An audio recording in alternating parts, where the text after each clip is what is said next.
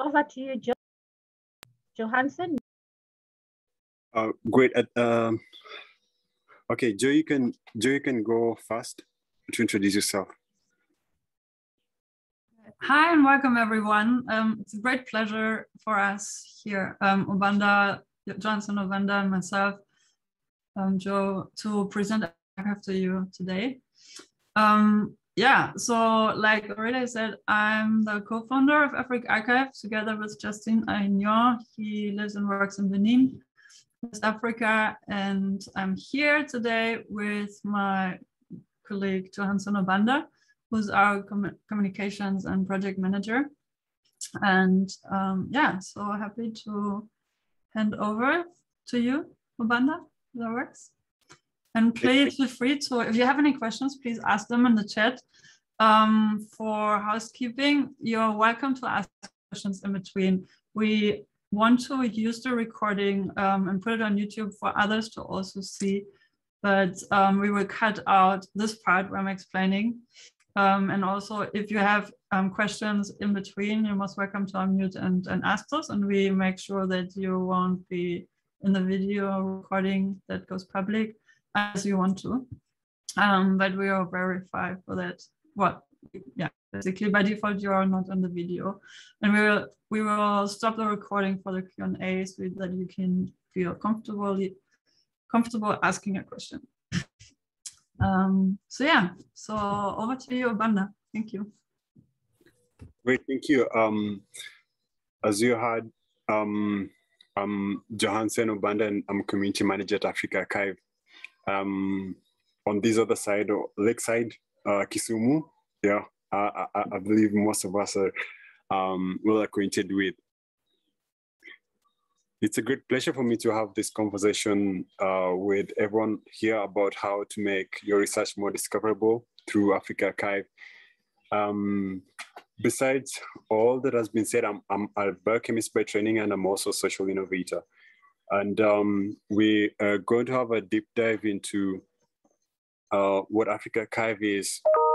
And basically, we are an open access portal that is utilizing established digital scholarly infrastructure, or in other words, scholarly repository services for the purpose of making African scholarly output discoverable. And some of the repositories, some of which you may know, include Center for Open Science, Zenodo, PubPub, Science Open, Figshare, and Chaos, of which we will take you through shortly. And we aim through this to foster research and collaboration among African researchers, and to enhance visibility of African research output, and to increase collaboration within the continent and globally. Yes, and so Joe and I will take you through next what a preprint is, and we'll also get to watch a short clip there about. So in academic publishing, and also it depends also with your level of career. I know we're in different levels in your research career. You might be just starting, or you might already have published a preprint, or you maybe have published in a peer-reviewed journal. But in essence, a preprint is a version of a scholarly or scientific paper that precedes formal peer review and publication in a peer-reviewed scholarly or scientific journal. So the preprint may be available often as a non-typeset version available free before and or after a paper is published in a journal. The preprints are the author's final version of a manuscript, and they can be shared online free of charge. If shared on an independent specialized scholarly repository, like one of those integrated with AfricArXiv, either OSF, Zenodo, Science Open, accepted manuscripts, they will be licensed with the CC BY license, which we're also going to talk about shortly. And then they will be assigned a DOI, which is a persistent identifier, and indexed in a scholarly digital database, therefore establishing priority of discovery for the author and making the work citable and at the same time discoverable. And this, in essence, is green open access. And I think Joe is going to talk more about the persistent identifiers and also the publishing processes later. Yeah, and Joe, do you have anything to add on to this? No, I think that's so well explained. So shall we show the video now? Yeah, okay, great.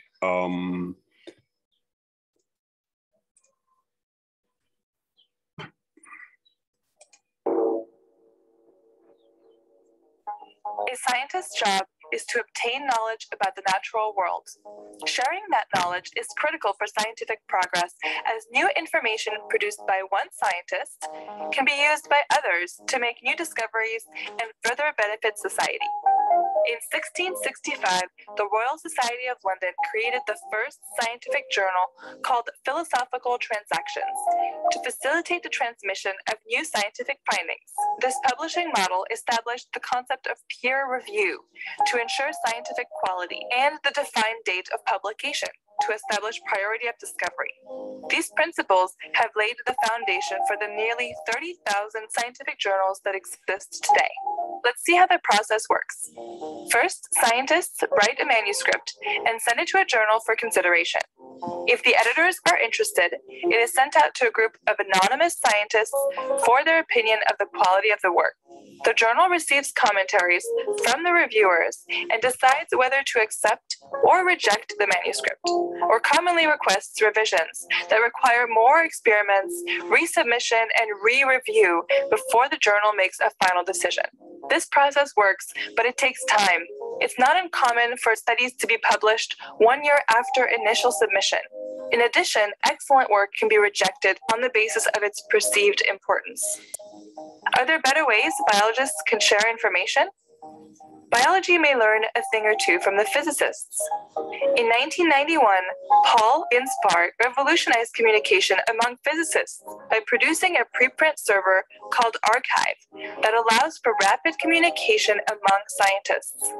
ArXiv now posts more than 100,000 papers each year. Preprint servers in the life sciences exist, but they are not yet widely used. A preprint server is simple. A scientist uploads a manuscript to a server. The paper is screened to ensure its scientific nature. Within a few days, the manuscript is posted online and becomes visible to the entire scientific community before peer review. Subsequently, the manuscript is usually submitted to a traditional journal for peer review and publication. Most, but not all journals will accept work previously posted on a preprint server. The immediate access of the preprint has many advantages. Preprint servers give the authors feedback from a larger group of people than the anonymous peer reviewers. Preprints can be an announcement of a discovery, which helps scientists establish priority of their work. With preprints, authors can share work in progress or recent accomplishments with funding agencies, promotion committees, or future employers. Preprints are open access. Anyone in the world with an internet connection can view the manuscript for free. Preprints accelerate scientific progress by speeding up access to new findings. The internet is continuing to redefine how people access information and create social networks. Using the internet, physicist Paul Ginspar tried the first truly new experiment in scientific communication since the creation of the philosophical transactions 350 years ago. As our lives go digital, many new ideas and experiments in scientific communication will facilitate access to data, changing how scientific work is evaluated and discussed, and pushing scientific innovation at an ever-accelerating rate. Let's see what the next 10 years will bring. This video was produced by Eureka Science and is brought to you by ASAP Bio.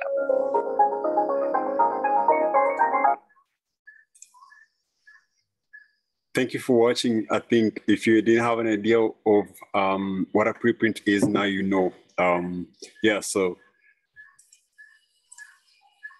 And next we're gonna have a look at the traditional publishing and preprint publishing, the differences. And I think for most of us, I think we're aware about the traditional publishing, the globally established workflow for sharing scholarly results. And in Africa, many journals are publishing in print only, thereby articles published here will not be discoverable. And African researchers are facing a high rejection rate for submission to international or Western journals, if you might say, for various reasons, including regional bias or grammar and formatting issues. Other barriers are APCs and access to Western scholarly database for literature review. So AfricArXiv is welcoming submissions of postprints, the manuscript version of an article after peer review and before typesetting and formatting.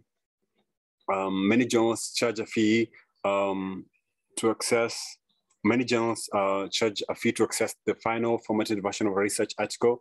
By sharing the reviewed version of the paper on AfricArXiv, scholars ensure that their work can be accessed free of charge. And that is a great possibility with AfricArXiv, where you as a researcher is able to use a platform, submit your article for free, and make it accessible for other researchers who are also looking for information or data or manuscripts to reference also for free. Yep. So I'm going to invite Joe over to talk about this briefly, and then we can look at licenses.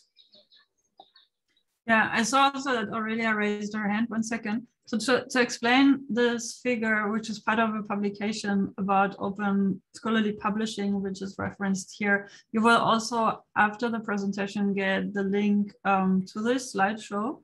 So you can access all of the slides and the resources and references that are given. And the links are clickable, so you can easily access everything. So this figure basically shows in A, the traditional pathway for publishing, and then B, how preprint publishing comes in. So we're not trying to substitute. It might as well work as substitution for traditional publishing, which is free of charge and anybody can do it.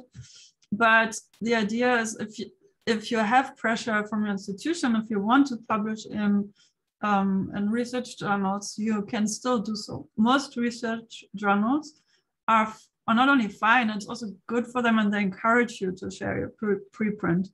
So it's not seen as a competition to them. So you're basically also in alignment with their open access policies, which is ever increasing. And it's seen as part of the publishing workflow, increasingly so.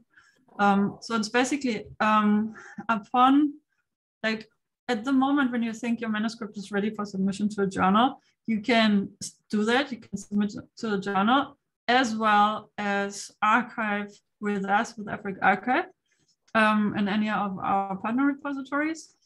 And thereby, as the video and also Obanda explained, make your work accessible to colleagues, to peers, to anybody around the world who might be interested in your research. And you can already get feedback on your work. And you can also first publish your preprint and your underlying data set on a preprint server, wait for a month or so, give it some time to make its rounds and to collect feedback from your colleagues and peers, and then submit a revised and improved version to the journal and stand a higher chance of getting accepted at the journal. So that's the difference in the idea behind preprint publishing. Aurelia. Yes, thank you. Thank you very much. The reason I've raised my hand at that point is because this is a question we've been receiving, especially because members of the journal club, especially, most of them have to publish before they graduate. And some of them already have work which is maybe in a desktop. And I was just wondering, maybe you've already spoken about it, but you can clarify, because the members are from different disciplines. Are there particular journals that will not accept that you have already put your paper on preprint? Or how can they make sure that, that the journal that will finally submit will have been okay with a preprint? Because some of them want to put their work as a preprint with you, with AfricArXiv, as they look for the journal. So maybe you can clarify which comes first. Yeah. So as mentioned, most journals and publishers will be fine with you showing a preprint, and they will not see it as basically republishing when you then submit to them, because what they will make available after peer review will be most likely a revised version of the original work that you have handed in. So therefore it's a different, it has added value from the publisher and the peer review team. And the way to check that is, first of all, well, to be sure, you might want to shortlist your favorite journals where you would like to publish, and then check their open access policies. And it's likely that they have green open access as acceptable or even encouraged in their policy. And there is also the Sherpa Romeo. I will share the link in the chat. There's a website, I think it's from Cambridge, UK University. Sherpa Romeo is a service by the university where you can just enter the name of the journal that you want to publish in, and it will give you its open access policy. So let me, yeah, so that's this website. And then, so this is when if your manuscript is not yet published. And then there is or again, like if the journal has a website, then check if they have an open access policy on the websites. I would say many international journals would do. And yeah, otherwise you can also email the editorial team and they should be quick to answer that. Like on a moral stand, I would say if they don't accept it, then consider them for submission. And you might also want to refer to the directory of open access journals, I would guess all of which allow you or encourage you to share your preprint, because they're open access anyhow. And the idea is also, as we will explain further down the line, to connect the DOI, which will be assigned to your preprint submission, with the then later published article in the journal.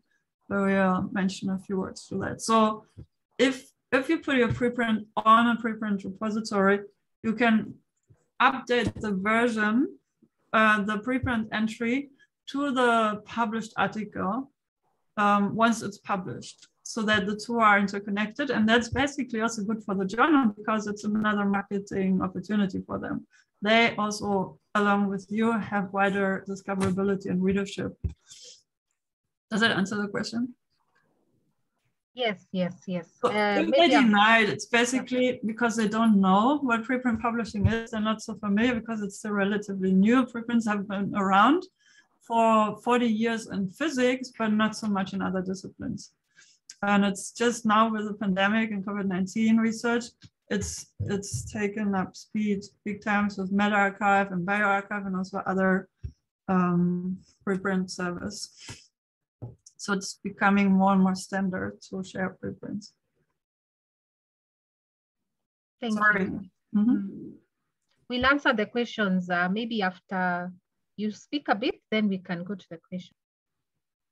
Okay, so shall we continue with the slides then, Obanda? Great. So we're looking at licenses for scholarly output right now, because licenses are an essential part of your preprint publication. And about open licenses, when you share your work online via AfricArXiv, you'll be asked to assign an open license to make it freely accessible to anyone who may wish to read and use it. And what is a license? If you've ever interacted with it, it generally specifies what can and cannot be done with the work by granting permissions and stating restrictions. An open license usually allows other scholars to have free access to the work published.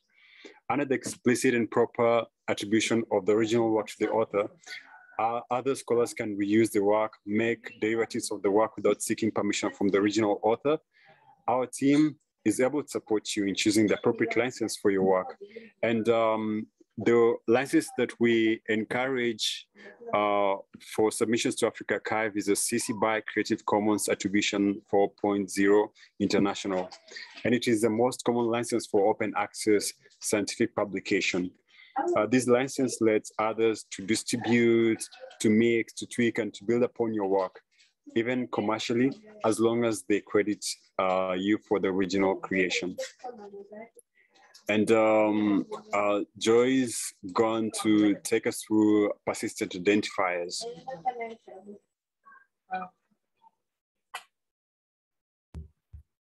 Thank you. Okay, so there's more types for persistent identifiers that you might have heard of or that exist on this planet.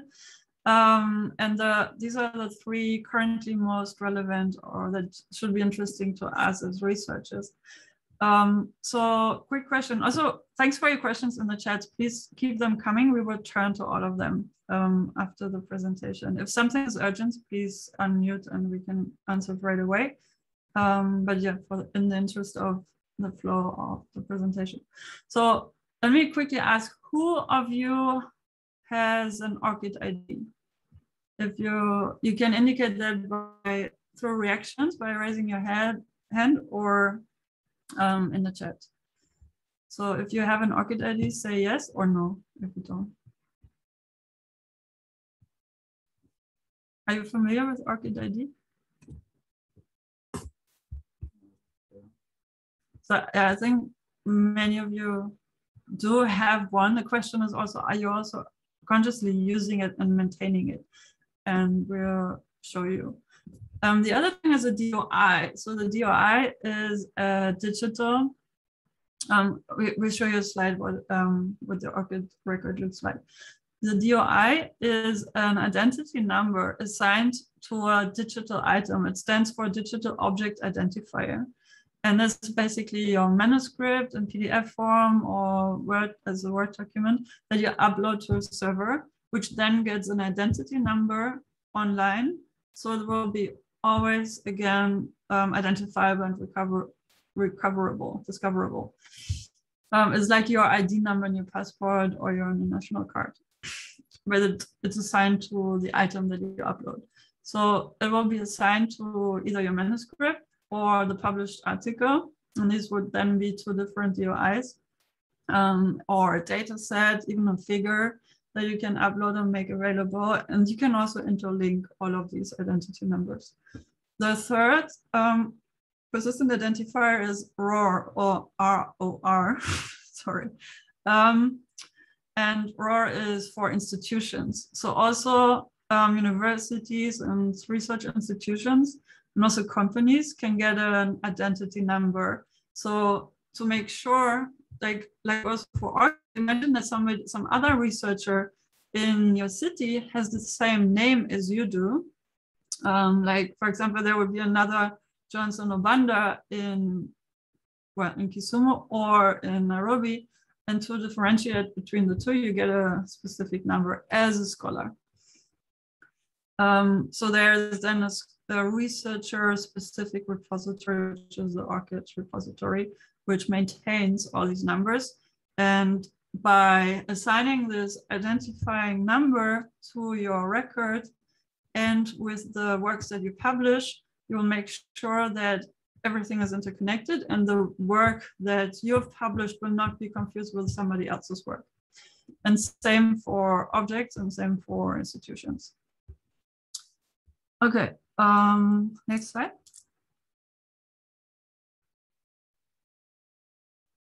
So here's, for example, Obanda's Orchid record. So what it shows basically on the left panel, you see there's, you can put your online profiles, your Twitter profile, LinkedIn, websites that you're affiliated with, your university.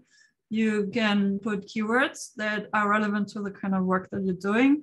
And it also lists the country where you work, or as well as a biography.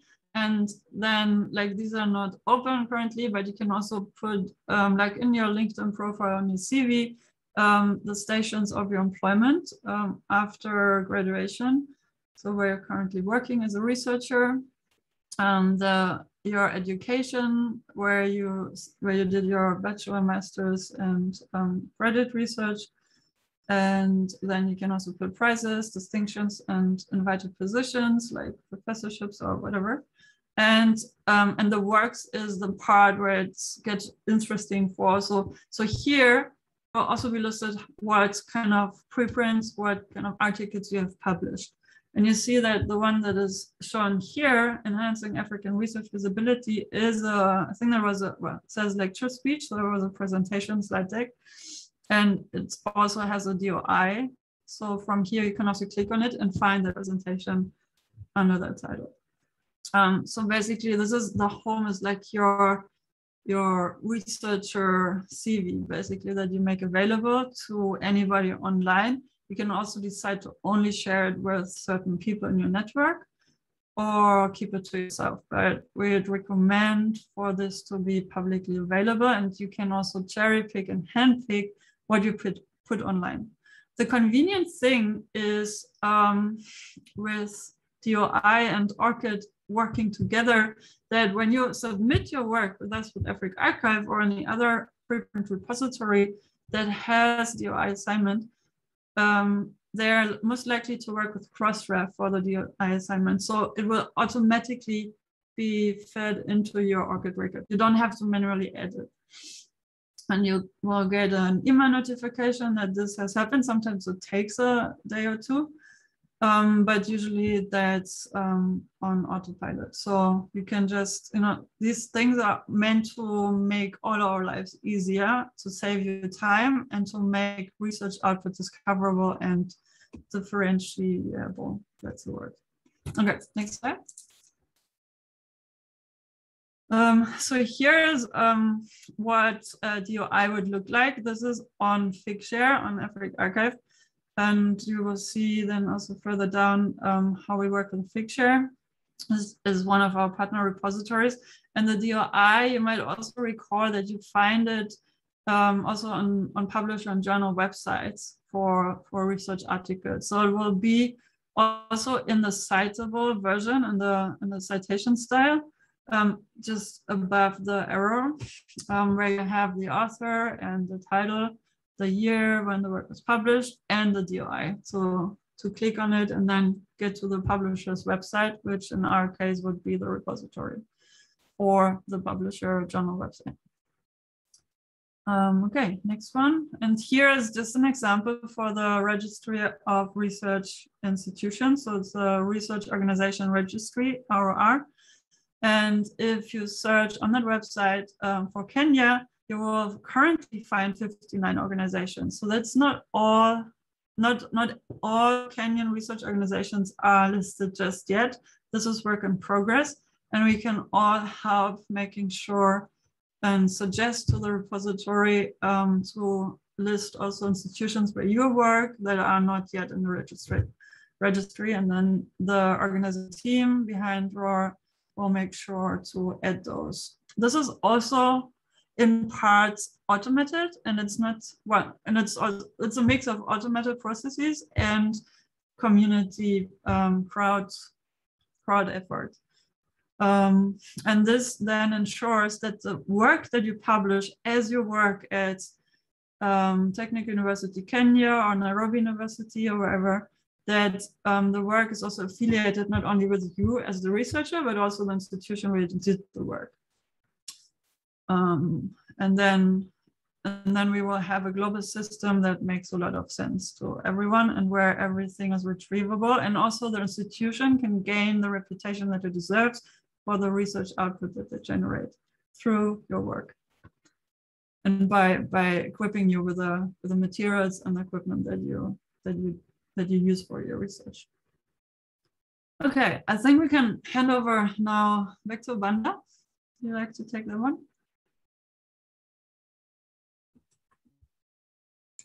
Great. Yeah, I think now we have a picture of how they integrate our DOI, Orchid ID. Yeah, and so right now I'm going to take you through how to publish to AfricArXiv, and we have 6 repository partners that you can choose any of them. The process of publishing varies slightly from one repository to another. But if you know what the terms mean and know what is required for every field, then it is as easy as you can think. And for today, from the 6 repository services that we have, I'm going to take you through publishing to OSF and Zenodo. So we're going to start with OSF, Open Science Framework. So Open Science Framework was the first repository partner that we had. And the publication journey, your publication journey to AfricArXiv on OSF starts with going to AfricArXiv on OSF as the link below states, and we're going to share these slides as a PDF that is clickable, so you can be able to access it. But also on our website, let me just go to shift to a different tab. When you go to AfricArXiv,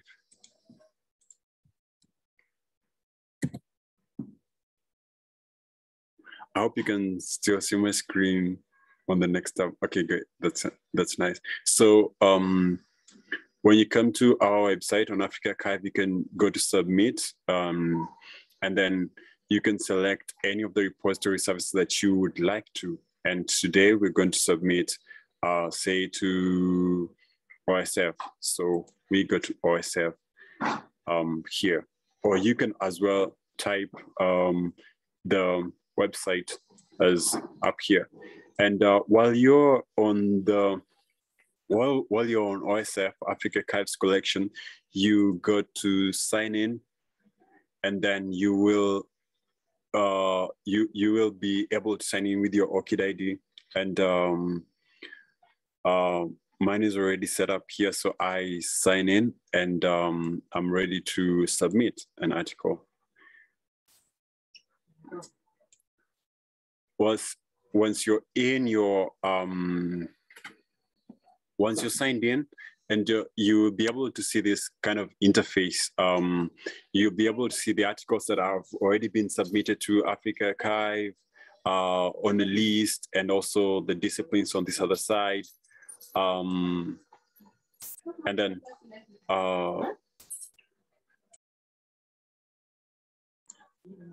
now you can click on Submit a Preprint. When you click on Submit a Preprint, then you will have these fields where you're able to upload the file that you want to publish from your computer or from an existing OSF project. So if you want to have your manuscript or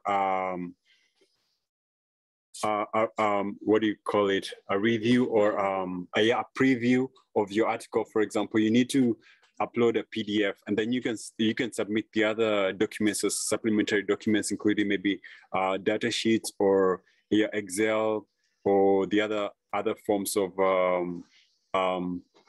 your article. And then when you submit, this is one important step. Your article comes first, and then you're gonna fill in the other sections as. So interestingly, I cannot go to the next before I finish with one. So I'm just gonna take you through what these sections mean. So you're going to, if you have anything to declare as an author, and then the basics, which will be your abstract, any DOIs that are related, and then the discipline that you choose, and then you're going to add the authors that also contributed to your article, including their Orchid IDs, and you declare your conflict of interest and any other materials that you have, like accompanying data sets, and then you're ready to click Submit a Preprint. It's as easy as that. And then it will take a few days or a day for our team to have a look at your article if it meets the submission criteria that we have outlined on our submission page or on our website, and then it will be accepted. Your article will receive a DOI, and it will be indexed, so you can be findable as a researcher, and when someone finds your work, you can be citable, and it will raise your profile. Yeah, and I'm gonna go to the second one, submitting to Zenodo. You can feel free to ask any question you might have for the submission process as well. So while submitting to Zenodo, it's also almost the same, just different in the way the website looks like in itself. So with Zenodo, you'll also have to sign in with your Orchid ID to make it easier, and also sign into AfricArXiv's collection so that you make sure that you are your preprint is with AfricArXiv. So I'm gonna go to the website. So it's the same thing. You can come to our website, and then AfricArXiv.org, and when you go to submit via Zenodo, it will take you to Zenodo.org communities/AfricArXiv. And when you are here in Zenodo on AfricArXiv, you will see new upload. So you can click on new upload. So you can sign in. You can log in first, and it will allow you to log in with your Orchid ID.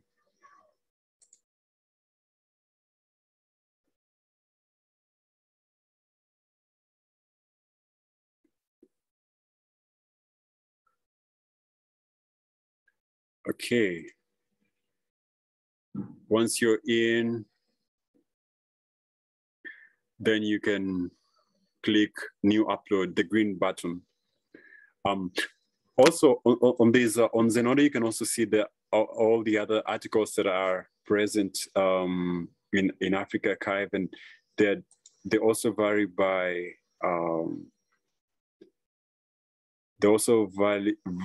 keywords and also types that you can look at. Yeah, so you go to when you click on new upload,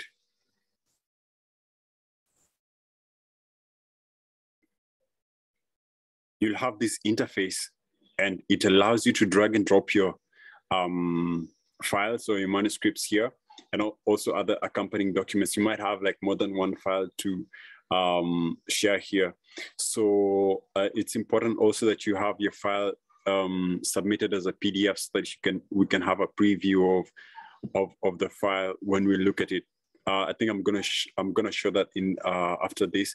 So after you've uploaded your file, then over here you'll see that it is with AfricArXiv, and then you can choose whichever type of article that you're uploading. It might be a presentation existing as a PowerPoint, and then whichever one that you choose, you have also subcategories if it lets you, and then you can select the respective category.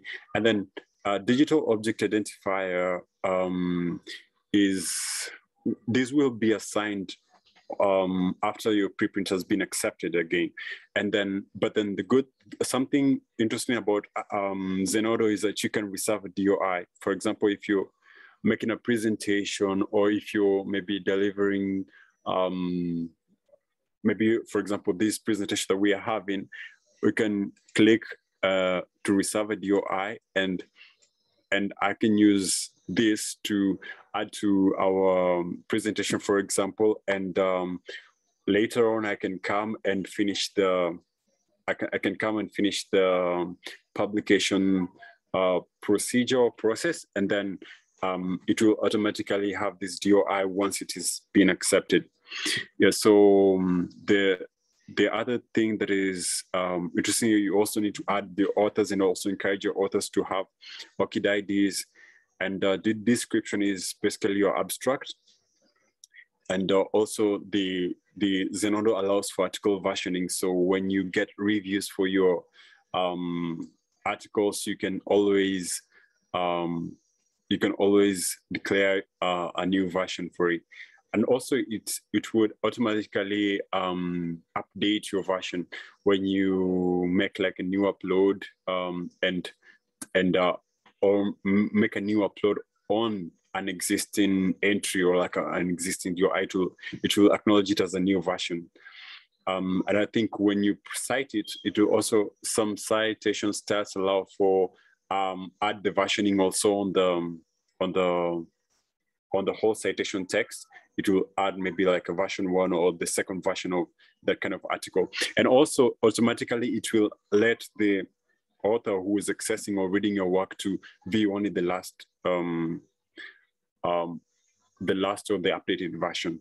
And the license will always be you're encouraged to put like CC BY 4.0. And we talked about why it is important to use that.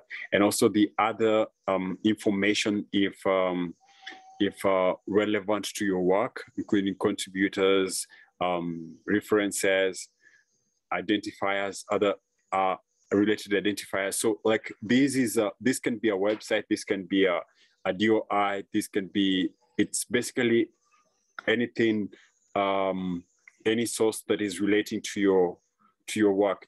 It might be that your work is part of a conference, or it can be part of a journal issue, and you want to maybe link it to that. It shows how your work is related to other kind of work. Yeah, it might be that it's a series of presentations and you want to just connect it to another, or or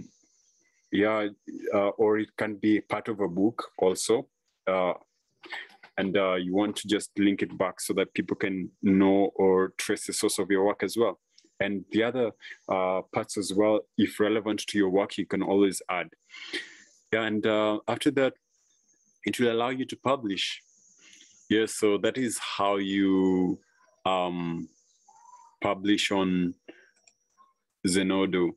And let me show you.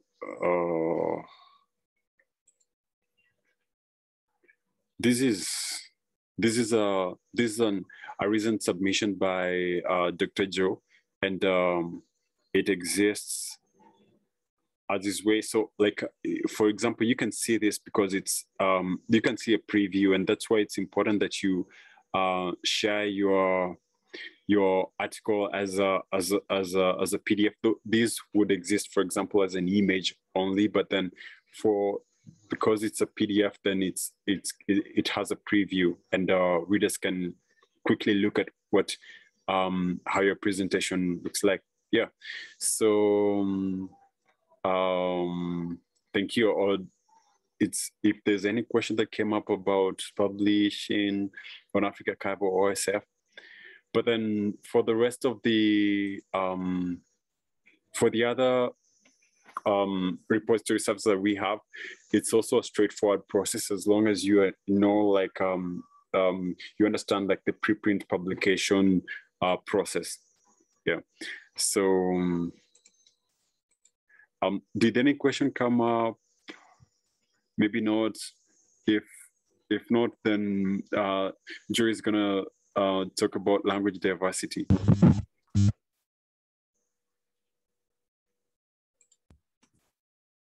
Thank you, Obanda. So language diversity and multilingualism is basically, so let's just keep this quick and dive into discussions afterwards. So I think we can all agree that it's good to have one lingua franca in research where we can all communicate around the world and understand each other. The challenge here is that much information that is culturally sensitive might get lost in translation.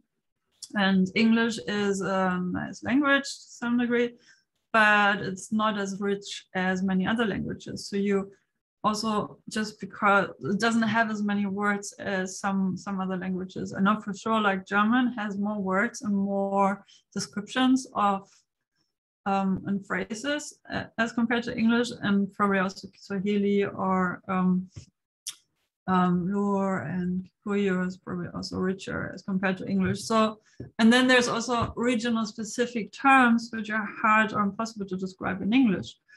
So therefore, yes, we need a common language, but we also need regional specific language. And the other thing is that it's much easier to describe your environment in your mother tongue, in your native language. So therefore, we believe at AfricArXiv, there's space for both. There's a need for translation and for there's also established communities who conduct their research in English, and bioscience is very strong. Whereas in philosophy, it's basically impossible because the ideas and philosophies that have emerged are also contextualized in the region and have emerged over centuries or millennia in some cases, or maybe not millennia, you know what I mean? So thousands of years of cultures, and how can you then translate that into a language that is different from the language of its origin? Long story short, there's space for both. And so we need a common language to connect. We need language diversity in science for the mentioned reasons and beyond. And we suggest a balanced use of both while using as much technology for support as possible as is currently already available. There's, I think, like 16 African languages on Google Translate, which, you know, might be, for Swahili, you might have checked it already, and you find it's not perfect, but it's already pretty good. And I can tell you, for translations from English to German and from French to English, where there's lots and lots of AI information, it's also there and not perfect, but really surprisingly good. And there's other service providers like deepl.com and others who are also working on machine translation. For translation of research, it's a different thing, because research information is always so specifically contextualized that the machine translation can only do so much, and there will always be a need for manual checking and also making sure that the message in the research is transferred accurately. We're currently working with the organization that you see here in the message, in this image, Nasakana, on a project called Decolonize Science, where we are translating, we can also share the link in the chat later, where we are translating 180 articles, preprints and published journal articles that are available open access under free license, because otherwise we cannot translate. And we're translating those into 6 African languages. There's 2, unfortunately not Swahili, because there's a reasoning behind the choice, but we translate into Luganda and Igbo, I think, another Yoruba, Sesotho, like two or three Southern African languages, and Amharic. Yeah, so 6 in total. And the reason why we're doing this is to make international research accessible by African scholars, accessible to native speakers in these language regions, and also to play an example that language diversity in African languages are of importance also in a research context, and that so there's many reasons, and you can also read more about that on our website and also the Masakana website where the project is described. So, and also there's still a chance for your articles coming into the selection of the 180 articles that are being translated in this project. And hopefully it's just the beginning of many more to come. So as you see in the slides, as we know, there is more than 2,000 languages spoken on the African continent. There's a high amount of traditional and indigenous knowledge, and how else, if not through translational work, can we access and make this language available, at the same time preserving and protecting the knowledge as well from misappropriation, which has happened, unfortunately, and continues to happen still today. But through the work that we do here, by signing licenses and also researchers working together, and African researchers working together with local and remote communities and indigenous communities, we can ensure that knowledge ownership stays on the continent and with the people who own it. And that's why we are advocating for preprint public publishing and making sure that we apply the correct licenses to protect African heritage, basically, as well as research output, as well as making it accessible and interoperable and enabling and empowering and fostering international collaborations. Okay, yeah, back to you, Obanda. Okay, this slide about about AfricArXiv on Science Open, AfricArXiv's collection about COVID-19 research in and about Africa is one example of the possibilities of or impact of preprints. During this COVID-19 period, it would otherwise be difficult for African researchers to publish if it was to go through the traditional way. And this collection basically has helped us to collect or to gather or to have in one place accessible for everyone information about that is relevant about COVID-19 for different African countries, through which policymakers can make decisions, or through which other scientists can inform their research. And that is really one way in which submitting your article can be of help. And the collection is still open, and if you have an article on COVID-19 or research that you've done and you would like to upload, you are welcome to use the COVID-19 research in and about Africa collection curated by AfricArXiv. And next, we're going to talk about the opportunities that exist with publishing to AfricArXiv. And I think, Joe, you want to take this? Yeah, we can just quickly mention the ones that I mentioned here, or go through.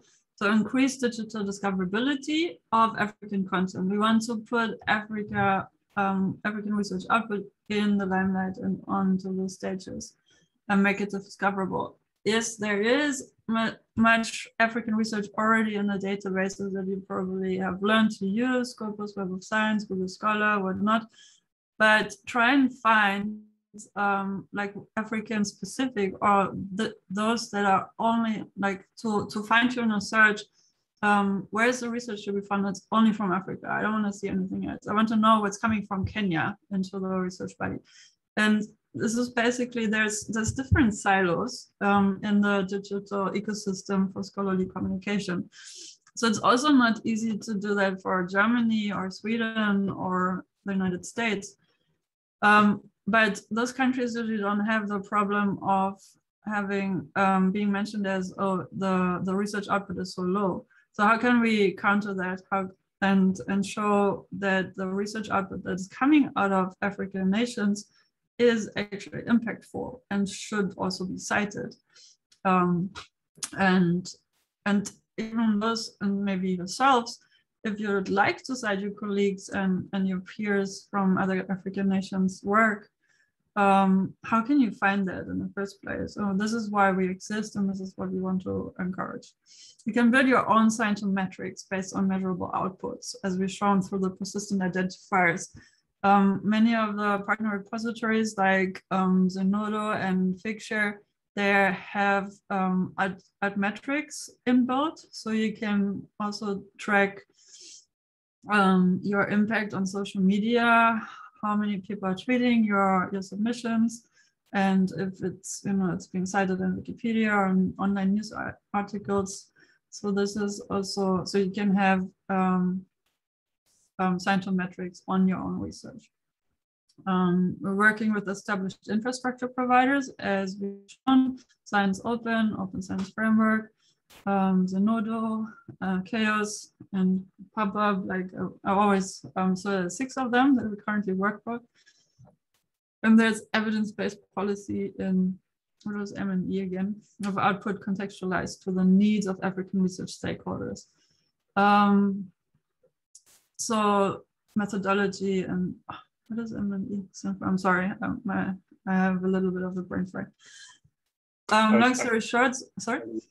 Monitoring and evaluation. Yeah, sure. Thank you. So monitoring and evaluation, evidence-based policies, and we can make sure that the research that's coming out of Africa and also vice versa, or research about Africa that's not being done or in collaboration with non-African researchers is being put into a context, in a regional context. So this is what we want to achieve, for example, as Obanda has shown to you with a research on COVID-19 in about Africa. And we can do that also for other themes and topics. Next slide. Great. This slide shows you the statistics of uploads to AfricArXiv from when we began and from also when we started to have a partnership with the repository services. And to this point, you can see the biggest by, like we have Sense Open super collection with a few other collections under it, which has like 1,034 and 129 on Sense Open. AfricArXiv preprints have been uploaded directly to Sense Open, or to AfricArXiv Sense Open, and then we have 861. 861. This would be the COVID-19 collection. The articles that have been submitted around about COVID-19 and in Africa. And then we have our OSF at 254 articles, and then Zenodo 171. And these collections are still growing in number as we speak up. Many more getting confident enough to publish to AfricArXiv. Yeah, and I'm also going to share with you since 2018 how we have progressed this, and we have received 2 notable awards, including the ASAP Biosprint Award and the JO's Rapid Response Grant during the COVID-19, of course. And we have also received how do you call recognitions for the work that we've been doing in several platforms or with several organizations. And also, I would also want to say, like, we've had 30 and over partners in different kind of partners, including capacity building partners, peer review partners, also the repository partners that we have been talking about, and we've also had we also have like literacy partners, those who are helping also with language translations. And I want to maybe refer to the previous partnership that we had, and also the most recent partnership that we are, or most recent collaboration that we are having, and I'm just going to talk about that. We're collaborating with AIDA Africa, TCC Africa, and Peer Review for peer review subs, and I think that's an active collaboration that we're working with, and it also presents an opportunity for you to engage in that. I'm just going to talk about in a few, and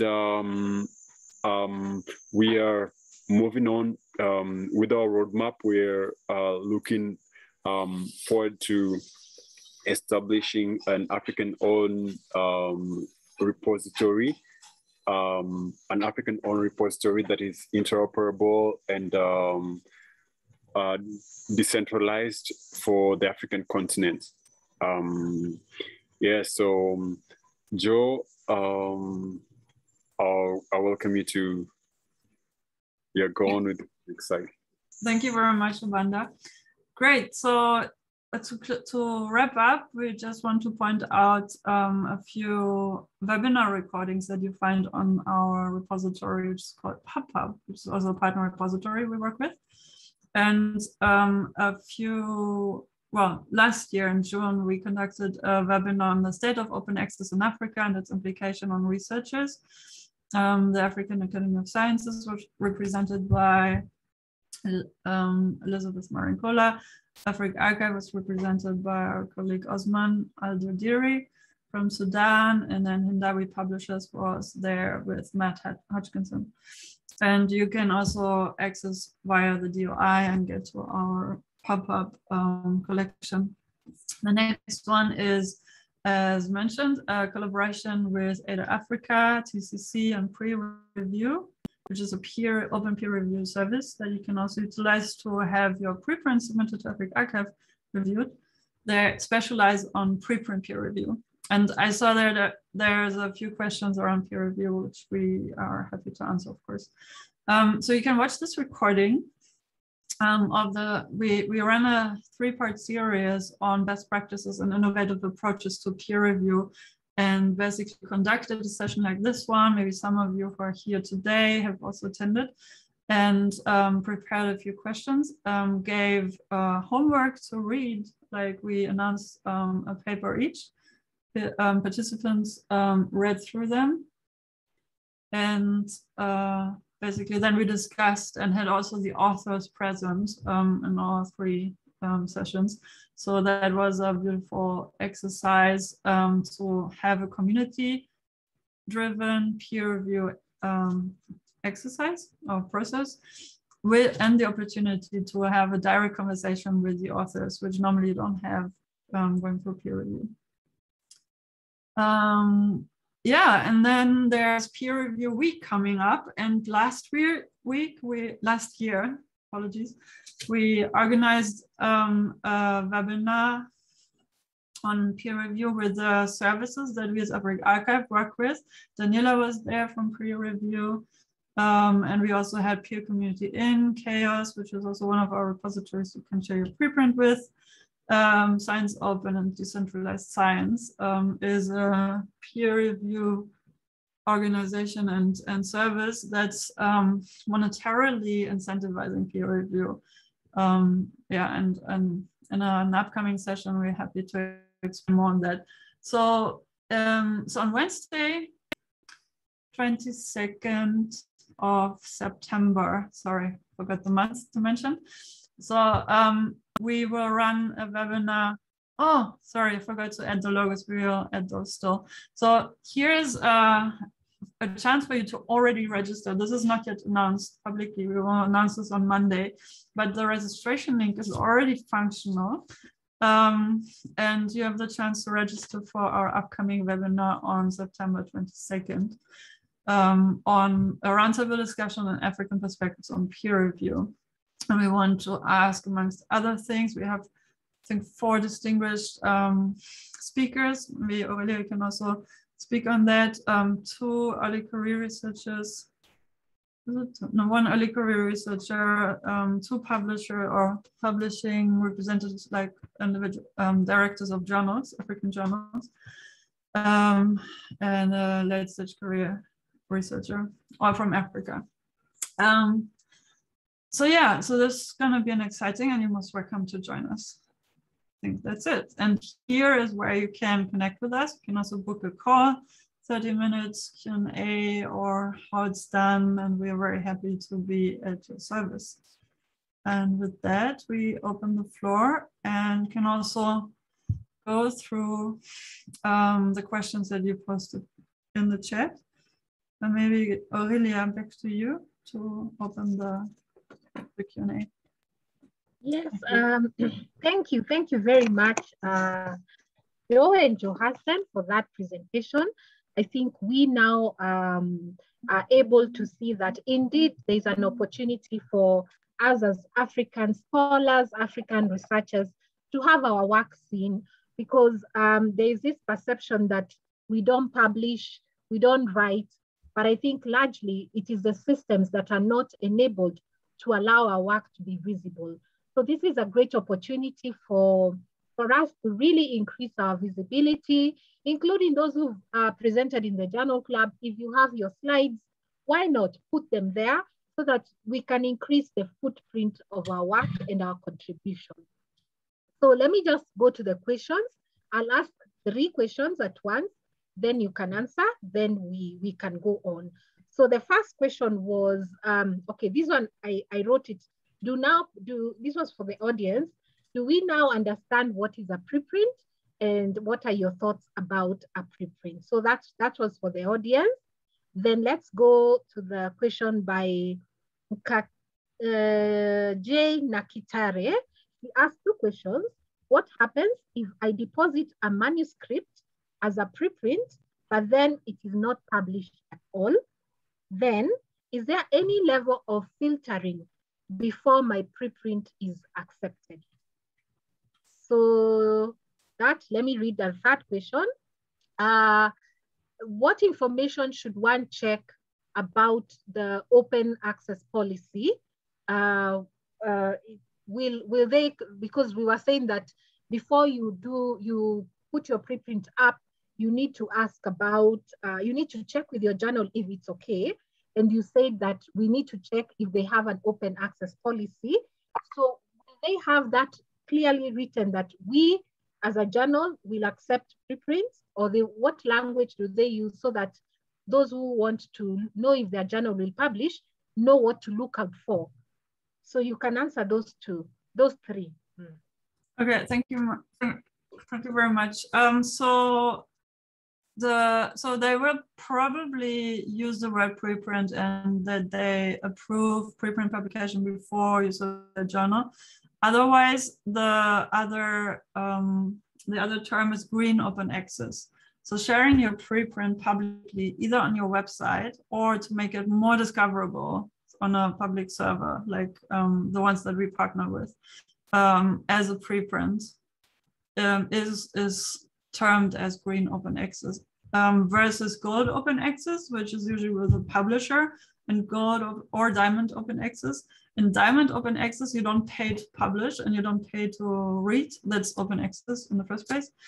And gold open access is usually financed through pay to submit. And that's the difference. And green open access is always free to read, free to submit. And also self-archiving. So basically, this is considered either preprint publishing or sharing your preprint. Some people avoid the word publishing with in relation to preprints. For us, publishing just means making it publicly available. So it depends how you use the word publishing in itself. So we talk of journal publishing versus preprint publishing, but it's both publishing. Or it's archiving, same, or green open access. And again, you would want to go through the website Sherpa Romeo that we shared earlier. We can also add that to the link, to the presentation. I also shared the link to the presentation slide deck in the chat, and we can probably also send an email to the ones who are registered to make it available afterwards. Was that answer? Did that answer the first question? Yes. Okay. Then what happens if I deposit a manuscript as a preprint? Then it is not published at all. Yeah, that's okay. I mean, you still have your work out there and you can still discuss it. Many people think that that's good enough. And for your personal career, it probably is, unless your institution, for you to move on with your career, requires you to also publish in journals. But I mean, the question is, and that's for you to answer, or for your supervisors or superiors or managers or decision makers, are we here to publish in a certain journal, or are we here to share knowledge that we gain through our research? And we already do the latter by sharing our work as a preprint. And there's also now a movement which is called overlay journals, which is basically the process of sharing your preprint and then having community peer review on the preprint, and then having a final version after peer review of the preprint which was already published, and then declaring that the final version, and that's then it. And then the whole process is basically free of any monetary exchange. So this is also already in practice by a few across disciplines, by a few researcher communities. It's not common standard, but it's an emerging branch of how we communicate research.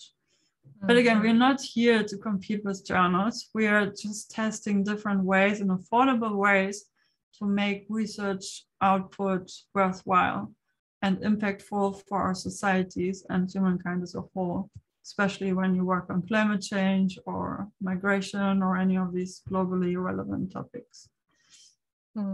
Okay, thank you. Is there any filtering before my preprint is accepted? Yes, Obanda can also answer to that. We have a quality check in place, which is also on our website. And basically, we screen the submissions for accuracy, for rigorosity, that it's rigorous research, that it's affiliated to a research institution. We also accept works by third sector organizations like United Nations programs and departments, because what they do is also a type of research, and we want to bridge between corporate research, academic research, and third sector research, because we can all learn from each other. But primarily we're here for academic research. So the filtering is in place. We are not conducting peer review because as in our team, we have active researchers, but we're only experts in certain research topics. We can't cover all disciplines that we are here to serve. But we do check if you choose the right license, and if not, we don't reject. We usually get in touch with you to ask you what you need to change for us to be able to accept your work. So there's a quality threshold basically for submissions. Okay, great. And we also want to make sure that the research is relevant for an African context, either primarily for African researchers who live and work on the continent. We also accept work by African researchers who work abroad, outside Africa, and we accept work by non-African researchers who conduct research on African topics, and especially on African territory, to make that knowledge accessible to African researchers. Okay. So there you go. I hope you've been answered, Katire. Okay, now we have a question from Dorothy. She asked, thank you so much for this training. At what point do you inform your supervisor that you want your preprint to be published? And will all supervisors allow students to preprint publish? Perhaps you can speak to any experience you had with students.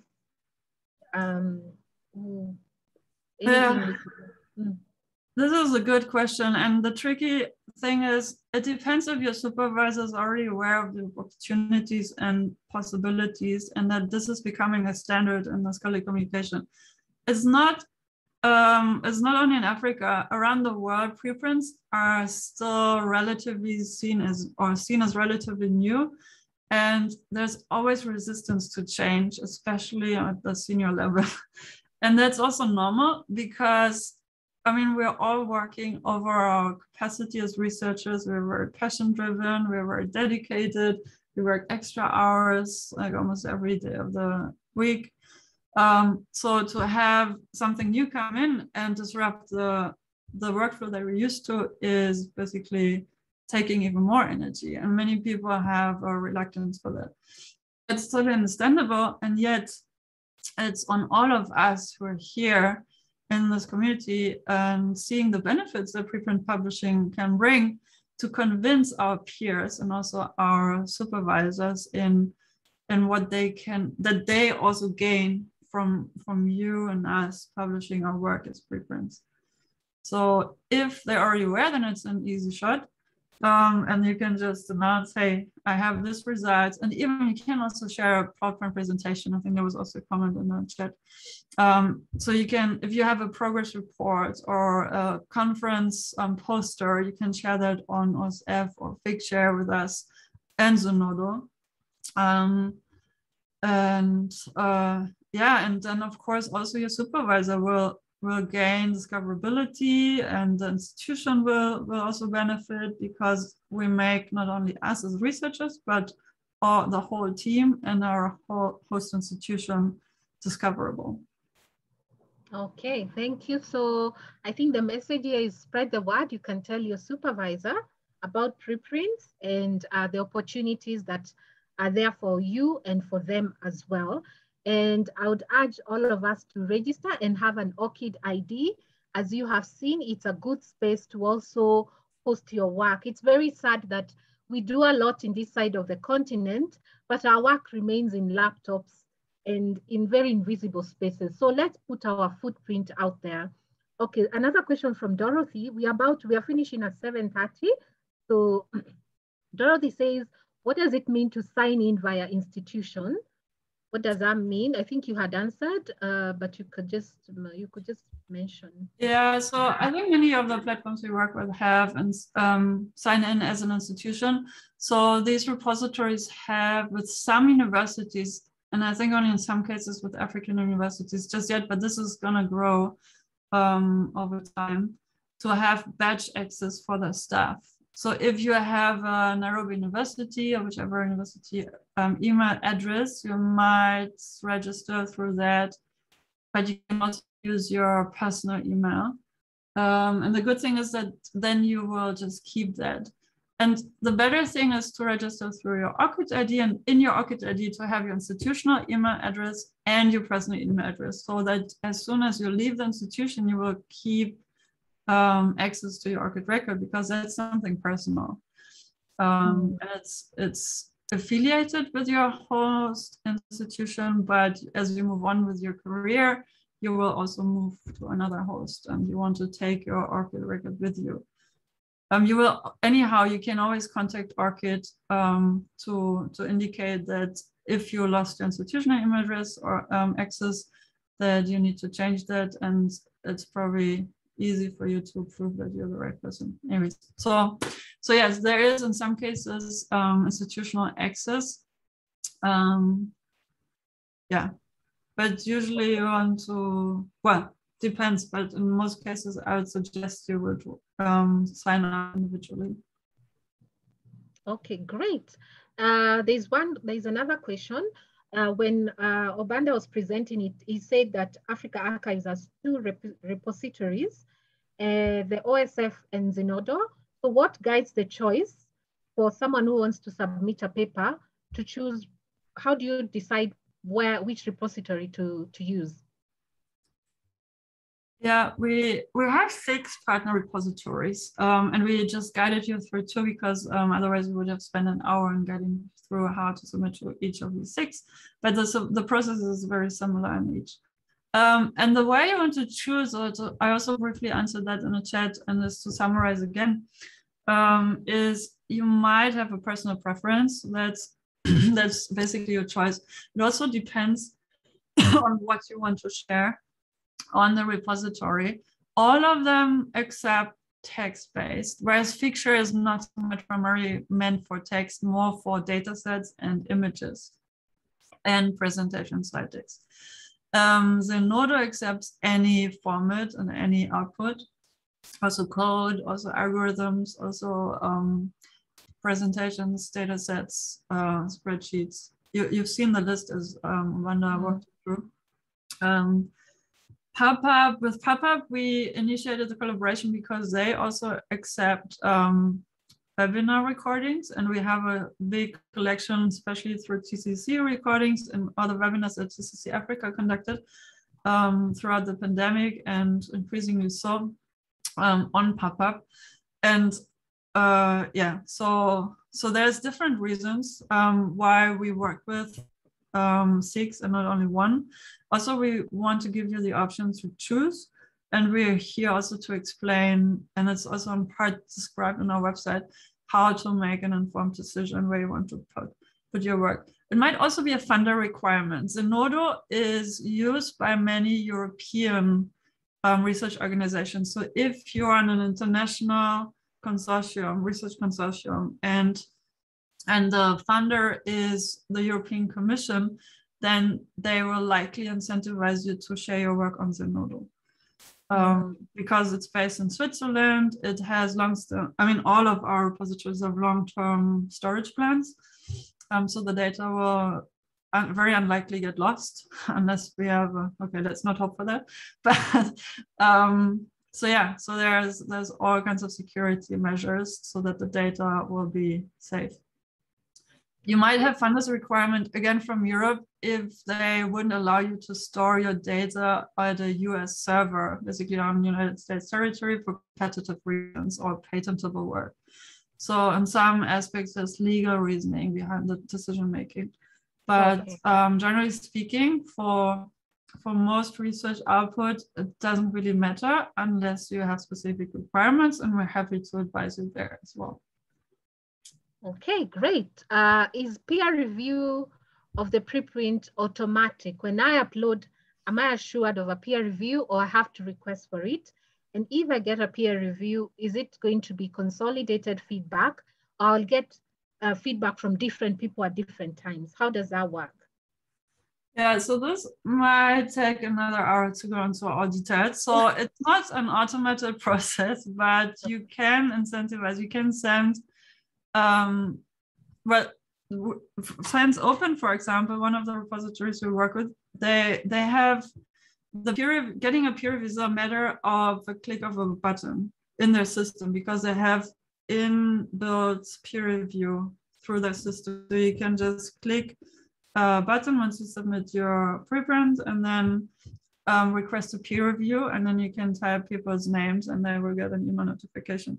You can also go through a pre-review, but there you want to put the DOI, and so there's different peer review services that you can consult, or you can just share the link to your preprint and send it by email to a range of people. And if it depends, like peer review itself is not standardized. Different communities and different journals have different standards, how they perceive and require their editors to, or their reviewers to review other people's work. And you might get as much as a comment. Some of you might have already received reviews, just 1 or 2 sentences, oh, great work, or no, not good enough, whatever, but it's not very informative. What you want as a review is in-depth kind of review of your work and on all the aspects that you mentioned in your paper, which is a lot of work. People easily spend 8 to 10 or 15, 20 hours on that, and it's usually unpaid work. But there's also services where you can get comments by different people on different aspects and different parts of your work. And that itself is already lots of triggers of thought for yourself to improve your manuscript further, and maybe also for consecutive experimentation and research. Okay, maybe you could maybe put that in the slides so that people can, because I've had a lot of people saying that they would love peer review for their preprint if they will upload it. So there's a question from Thomas, but I think we've answered why we choose OSF over Zenodo, and I think you've answered that. Then he also asked that from the presentation, one can also upload PowerPoint slides. This gives some room for one to publish anything.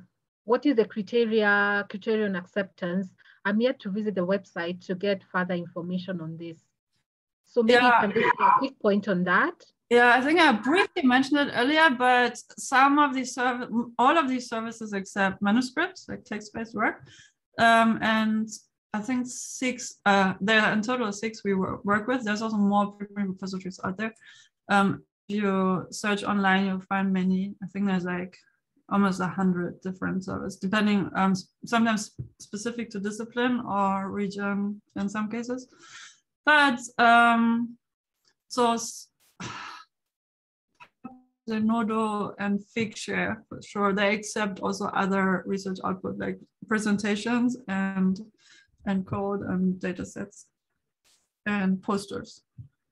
Okay, so there is a question here from one of the participants. who would like to share the links and the presentation to their colleagues.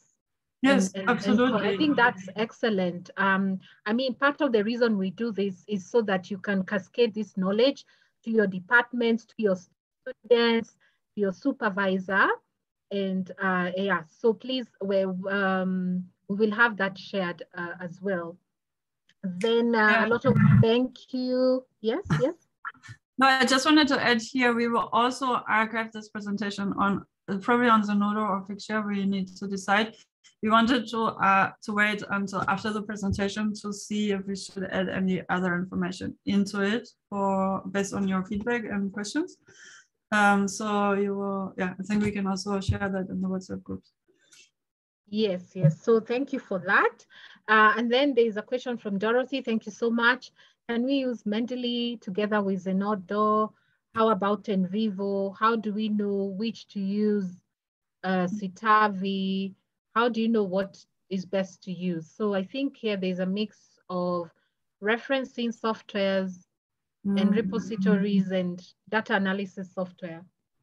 Yeah, so there is literally close to 1,000 different digital tools in the research context. You don't have to know and use all of them, but which ones you use depends on your discipline and the community that you do your research in. As mentioned in the beginning, I'm a trainer for science and especially digital science communication. So I give courses, and maybe we can have a session in the future where we dive into the research workflow and which tools to use at what stage in your research workflow. It is confusing also to me, by the way. I keep learning every day new tools. Okay, this one can be dropped because they're out of service. Like there's lots of movement in the ecosystem, and there's lots of useful tools to use that you can build into your research workflow. But you only literally need a handful. You don't need hundreds to go through. And some of these tools also interoperate, but not all of them. But also through the mentioned persistent identifiers, more and more of the digital research tools are interoperable or will be in the future. So as a rule of thumb, I would keep using the tools that you already use and find useful, and keep an ear open with your colleagues to chat over coffee hour or tea with your colleagues, what they're using and how you further can make your research more efficient. And again, we can have a session on that. Yeah, that would be great, because I think the research field, there's a lot of innovation that is going on there, and it's good to know what can make our work a bit easier. And I mean, we are the researchers of the future and of now. And I think we are also immersing ourselves in all these tools that can enable us. And I think it's important to have that knowledge. So we have come to the end of the questions. It was a very inspiring session, and I can see from the feedback it was to you as well. And we look forward to the recording and to the slides. And I urge you, please, for us, these mentorship sessions are only meaningful if they're applied to the work that you're doing. So please, we really emphasize on application. We have to apply so that they can have meaning, so that we don't have people coming for webinars, but then they remain the same. So sit back when the recording is sent, and then dedicate an hour to shut up and write, and try and register on Orchid, and just make sure that you're at least you're setting yourself well for all this. Then last word from Joe and Obanda. Before we have the last word, let me just make an announcement for tomorrow. Just think of the last final famous words. Tomorrow we have another mentorship. I don't know if you can see my slide. Can you? Can someone see? Not yet. No. Is it? Yes. Yes. So tomorrow we have another session in the morning.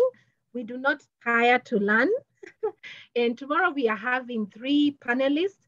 As you know, in the Journal Club, we really encourage members to speak to us about their own disciplines, because right now in research, you cannot be very single discipline. It's good to have a multidisciplinary lens. and also good for knowledge. So we always encourage members to let us in their discipline. And we have 3 members who are going to present on would you allow your genome to be sequenced? And I think this relates also a lot to even the COVID work and the vaccine work that is going on. So I invite you tomorrow, East African time, 9 to 11, please show up. We're going to have an interesting session and learn something new, something different that can also enrich your conversations as a researcher. So see you then. So Joe, please, and Obanda, final last words. Do we have feedback forms? I think there's one for you. Can you tell people how they can join either? Okay, so the journal clubs, they're on WhatsApp. We're using WhatsApp as a tool and a space for learning. So let me see if I can put a link there for you to join.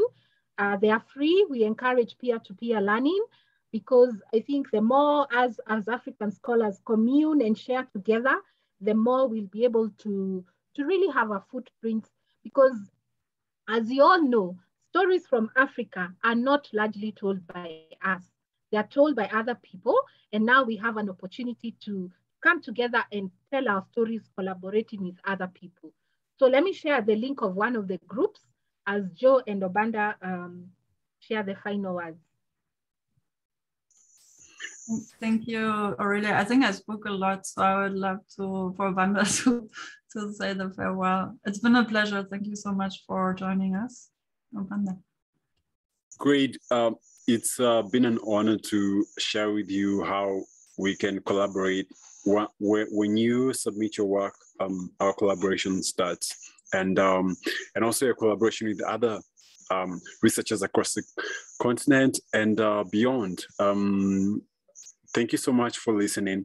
I hope that this session will add to your career as a researcher and will help to raise your profile once your articles or your manuscripts are out there and they're more discoverable.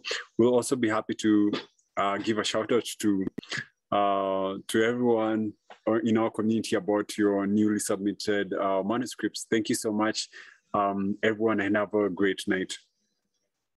Okay, great, thank you. We have the link to the journal club there. We have a journal club handbook that guides the rules and sort of the kind of work we do. We do a range of mentorship activities to keep research exciting. So read the handbook and please also fill in the feedback form. We always love to hear from you, your feedback, what we can include, and what can inform the next session. So lovely being here. Have a good evening, and we'll catch on with the recordings and everything. So you can leave at your own pleasure. Bye. Caleb, I see you. Also, I'm checking your email address. Sorry? Also, if you want to unmute and still ask a question, we can hang on for a few more minutes. Yes, I don't know yes. if that's true for you, Obanda. Let me stop recording. Is someone? Yes, I've already shared my email address. Let me just share again. Yes, yes.